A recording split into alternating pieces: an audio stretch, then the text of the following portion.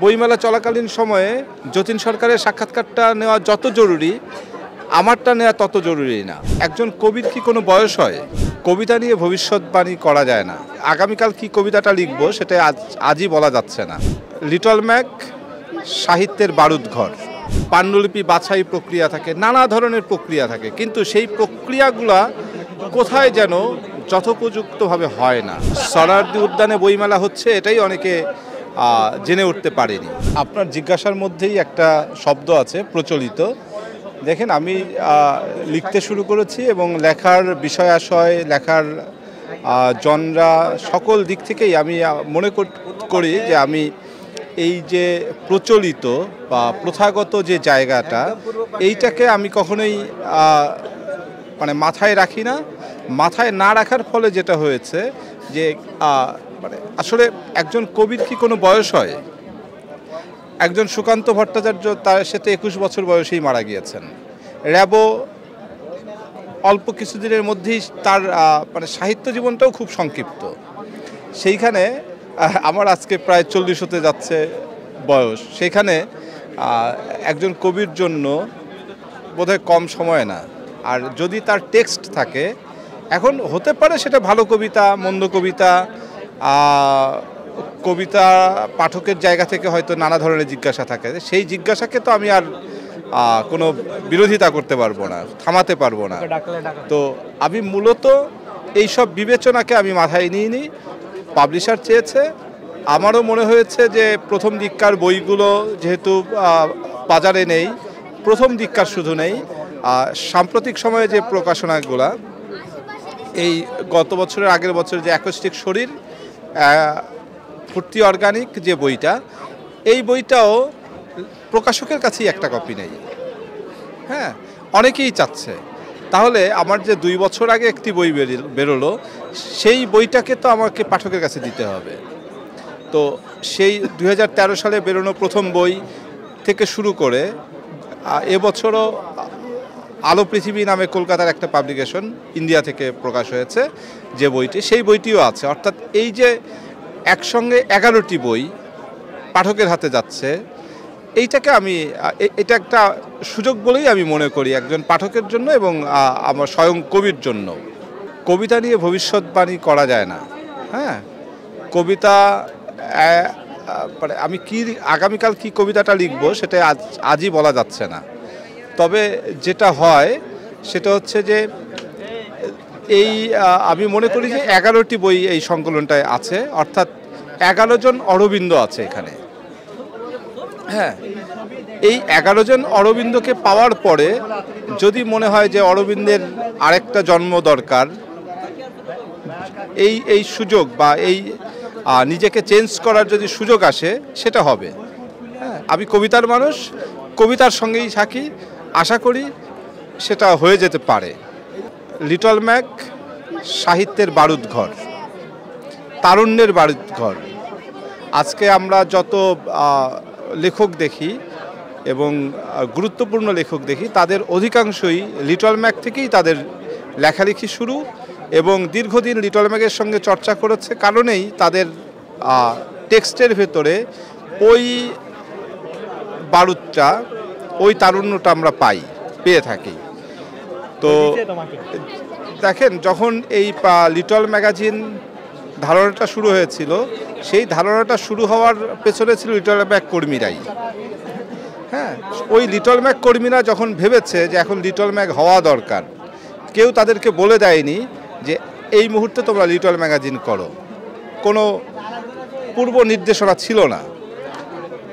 সেই জায়গা থেকে যেহেতু আজকে একটা ম্রিয়মান হতে যাচ্ছে, এক ধরনের ভাটা পড়েছে, তো সেই ভাটার জায়গা থেকে এইটুকু অন্তত বলা যায়, তাহলে কি আমরা লিটল ম্যাগাজিন হয়তো তার যে উপযোগিতা, সেই উপযোগিতা খানিকটা কমে এসেছে। এই জন্যেই লিটল ম্যাক কর্মীরাও তাদের চেতনার জায়গা থেকে, তাদের সেই কিছু একটা করার তাগিদ থেকে সামান্য গা ঢালা দিয়েছে। তো যদি তাদের মনে হয় যে না, আমরা লিটল ম্যাক কর্মী এবং আমাদের সেই বারুদটা আবার জাগরণ করা দরকার, তাহলে তাদের জায়গা থেকে এটা আবার নতুন করে শুরু করবে। এটা আসলে বলে কয়ে কাউকে দিয়ে করানো সম্ভব হবে না। কোনো নতুন কোনো মানে চাপ দিয়ে আসলে কিছু সম্ভব না, সাহিত্যের অন্তত কিছু। আমি নিজে একজন সম্পাদক। 2009 সাল থেকে মাদুলি নামে পত্রিকা সম্পাদনা করে আসছি। সেটিকে কখনো কখনো আমি লিটল ম্যাক মনে করি, কখনো কখনো আমি এটাকে সাহিত্য পত্রিকা মনে করি। এবং ওই পত্রিকার স্লোগান ছিল বাংলা ভাষা ও সংস্কৃতির পত্রিকা। সে জায়গা থেকে যেহেতু দীর্ঘদিন ধরে, এছাড়া আমি কিছু বেশ কয়েকটি গ্রন্থ সম্পাদনা করেছি, যেমন বিনয় মজুমদারকে নিয়ে একজন উজ্জ্বল মাছ, বিনয় মজুমদার, তারপর বাংলাদেশের শ্রেষ্ঠ কবিতা, দ্বিতীয় দশকের কবিতা, অখণ্ড বাংলার দ্বিতীয় দশকের কবিতা, এই ধরনের বেশ কয়েকটি গ্রন্থের সম্পাদনা করেছি।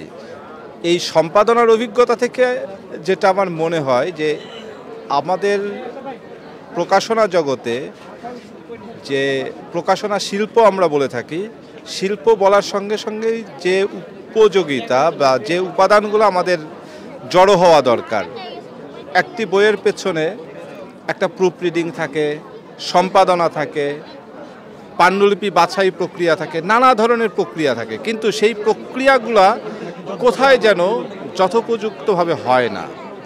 সেটি মানে এই না হওয়ার পেছনে যদি কোনো একটি বিশেষ কারণকে দায়ী করি, সেটা ঠিকঠাক হবে না। আমাদের সম্মিলিত দায়টাকেই বহন করতে হবে যার যার জায়গা থেকে।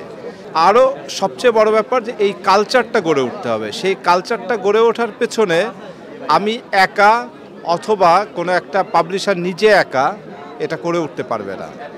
তবে বড় কোনো প্রতিষ্ঠান এই উদ্যোগটা নিতে পারে। সেই উদ্যোগটা নিলে যেটা হবে যে কিছুটা চেঞ্জ আসবে। ইতোমধ্যে কয়েকটা পাবলিকেশন তো আছেই, যেমন পাঠক সমাবেশ একটা প্রক্রিয়ার মধ্য দিয়ে একটি বই আনে, বা বাতিঘর একটা প্রক্রিয়ার মধ্য দিয়ে বই আনে। এইরকম আরও কিছু কয়েকটা প্রকাশনার কথা বলা যাবে। কিন্তু যেখানে আমাদের এই বইমেলায় সম্ভবত সংখ্যাটা ঠিক আমি বলতে পারছি না, তবে ধারণা করি 1000-এর মতো পাবলিশার এখানে অংশগ্রহণ করেছে। 635টি। তো সেই 635টি যদি 8-10টি পাবলিকেশন এই প্রক্রিয়া মেনে চলে, সেটা যথোপযুক্ত না। হ্যাঁ, আরও অন্তত এই প্রক্রিয়াটাকে, সম্পাদনা পর্ষদটাকে বা লেখক থেকে শুরু করে সকলের ভেতরে এই চেতনাটা গ্রহণ করা দরকার, তবেই চেঞ্জটা আসবে। প্রফেশনালিজম বলে যে ব্যাপারটা আছে, সেটি তো আগের প্রশ্নতেই আমাদের আগের কথোপকথনেই রয়ে গেছে যে সেটি আমাদের বাংলাদেশে দাঁড়ায়নি। এই দাঁড়ানোর পেছনে সকলেরই একটা দায় আছে। তো তবে এইটা যে একেবারে হচ্ছে না, আমি আসলে কাকে দায় দেব সেটাও আমি খুঁজে পাই না।